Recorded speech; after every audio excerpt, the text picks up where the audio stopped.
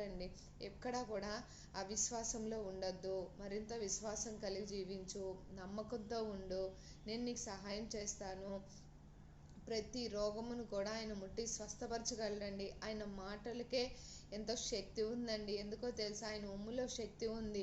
అక్కడ గుడ్డివాడు కూడా ఎంతో నమ్మకంతో దావీదు కుమారుడా అని మొరపెడితే కదండి అక్కడ స్వస్థత పొందుకున్నాడు.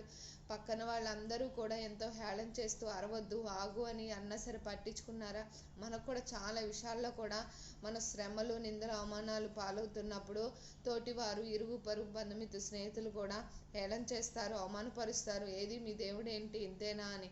ఎక్కడా కూడా విశ్వాసంలోకి వెళ్ళకోకుండా నా తండ్రి నాకు సహాయం చేస్తాడు, నా యేసయ్య నాకు తోడై ఉన్నాడు, ఏ విషయమైనా సరే నేను రూఢిగా నమ్ముతున్నానని నమ్మాలండి. అందుకే ప్రభువైన యేసుక్రీస్తు వారు ఎప్పుడూ కూడా మనలో ఏం మెచ్చుకుంటాడంటండి, విశ్వాసం